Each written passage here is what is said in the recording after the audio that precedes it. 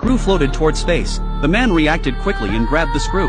Everything was going smoothly. Then ground control told them to abort the mission and return immediately. A missile had hit a satellite. Massive debris was heading their way. Before they could evacuate, the debris hit them like cannonballs. Ryan was spinning uncontrollably on the mechanical arm. She hurriedly untied the rope. The huge inertia flung her into deep space, disappearing from her teammates' view. She kept flashing her light, which finally helped Captain Matt find her. Matt tied them together with a rope, then headed back to the ship. When they returned, they found the ship was completely destroyed. The captain spotted the International Space Station nearby. If they could reach it, they could take a ship back to Earth.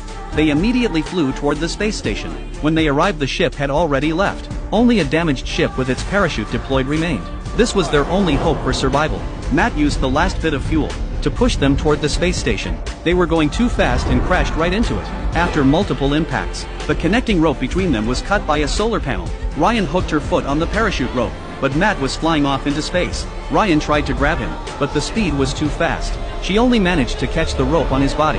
Ryan tried to pull him back, but the rope on her foot couldn't support two people. If this continued, they would both die. So the captain chose to let go of the rope, letting himself drift into the dark space. Before she could grieve, Ryan's alarm was already sounding.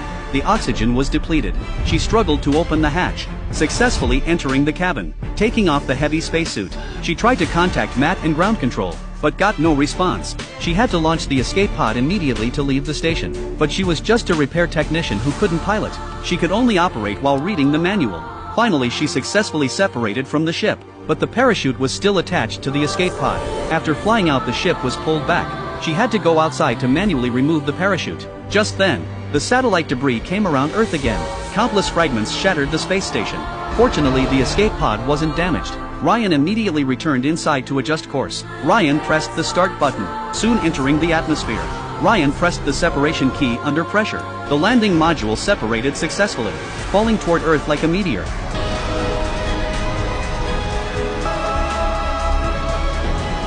Minutes later, the parachute deployed successfully. The landing module fell into a lake. After it sank to the bottom, Ryan crawled out the hatch, removing the heavy spacesuit. Successfully surfacing, she breathed Earth's air in big gulps, using her last strength to crawl ashore. Holding a handful of mud, feeling the Earth's fragrance, she slowly stood up. The feeling of feet on the ground finally made her heart feel at ease.